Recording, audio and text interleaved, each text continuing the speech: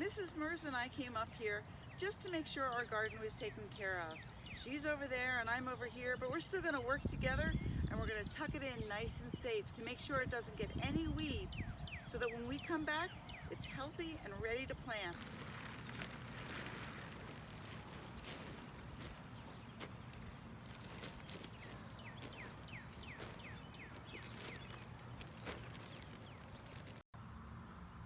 Hi friends, I'm outside of St. Paul's today, our preschool, because I want to show you signs of spring that are happening outside right now.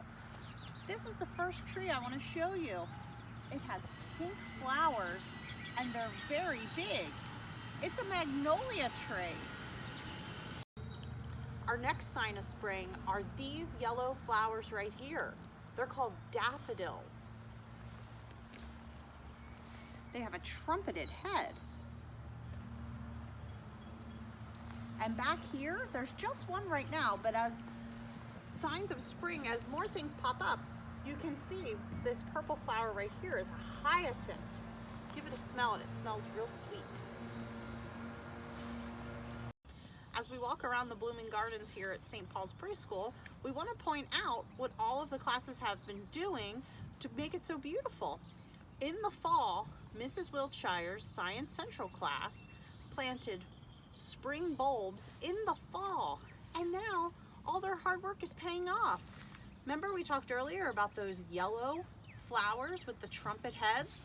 The daffodils are all coming up along here, all the way down to the end of the building.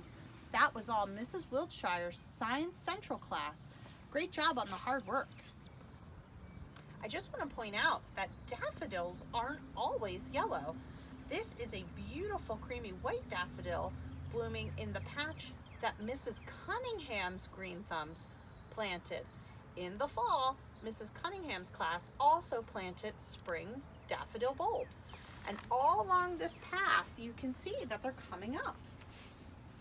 There's yellow daffodils, white daffodils, and some more yellow further down. Great job, Mrs. Cunningham's green thumbs class. Here's another patch of daffodils that Mrs. Cunningham's class planted. You can see they're creamy white, and some are white with an orange center. Great job, Mrs. Cunningham's class. Your daffodils are beautiful. I found two more signs of spring in this one pot.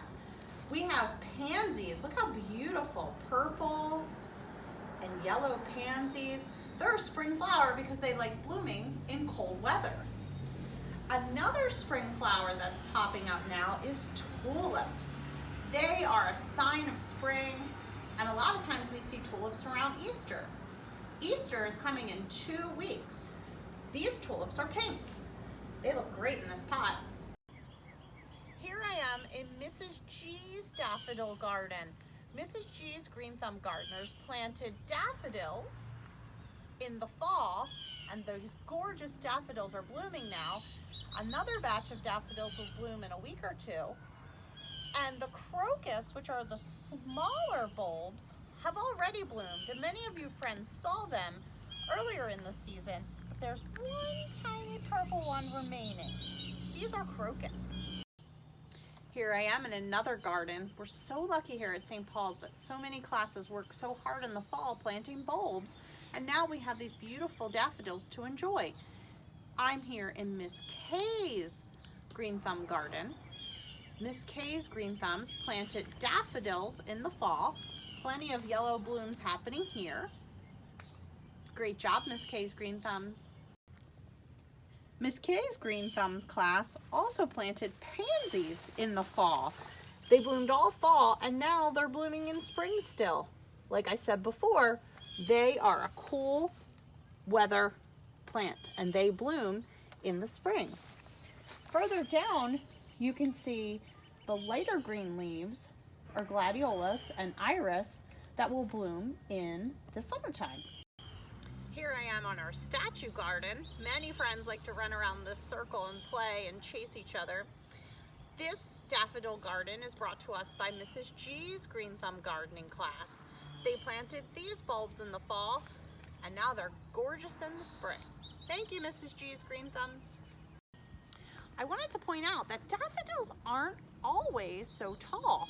These are a miniature version of a daffodil, still have that trumpet shape, still have that beautiful yellow color, but they're much shorter and much smaller. Mrs. G's Green Thumbs gardening class planted these in the fall. Thank you, Mrs. G's class. Great, great job. They're beautiful. Another sign of spring is blooming trees. This here is a beautiful pink cherry blossom tree. Perhaps you've seen cherry blossom trees blooming around your own neighborhood. It's great to get out, take a walk with your family, and look for your own signs of spring in your own backyard, in your own neighborhood, and see if you can find any beautiful pink blooming cherry blossom trees. I have found an even bigger cherry tree here at St. Paul's. Check out this beautiful pink fluffy cherry blossom tree. It's gorgeous. I challenge you to find 2 blooming flower trees as you take a walk around your own neighborhood. Maybe they're pink like these, maybe they're white. Take a look around and see if you can find beautiful blooming trees like I did here at St. Paul's. When you're walking around outside, not only use your eyes, but also use your ears. The sounds of spring are everywhere. Hear the birds? As I've been shooting my videos here at St. Paul's, I've been noticing a lot of bird friends and a lot of different sounds they make. We worked hard in the winter making bird feeders. Perhaps you hung yours up at home. Perhaps now is another great time to keep feeding our birds, looking at birds, and caring for our outdoor friends. I'm standing next to a big sign of spring. This giant flowering shrub is known as Forsythia. Forsythia is a really hard word to say. Forsythia. And it's a shrub, not a tree, but it's big. It has beautiful yellow flowers and blooms only for a few weeks in early spring. If you're walking around your neighborhood, I bet you'll see a Forsythia. If you can say it, good job. Here we are at the path that leads down to our playground. A lot of times when we're lining up here to go into our back door, we notice what's blooming in this garden. Well, today I found the tiniest little violets, purple color, super tiny. There's a couple little celandine poppies, also super small, and another hyacinth. Remember we saw our hyacinth earlier? They're purple and they smell very, very sweet. Here we are outside of Miss Margaret's class, and I want to point out a few more things that's growing in her gardens out here. We have flowering VINCA here. Notice the purple petals. Each flower has 5 petals. 1, 2, 3, 4, 5. 5 flowering petals on the flowering VINCA. We have celandine poppy. More tiny petals over there. Those are yellow. And I wanted to point out this strawberry plant is coming up from last year. Perhaps we'll get some nice flowers and some beautiful red strawberries to eat.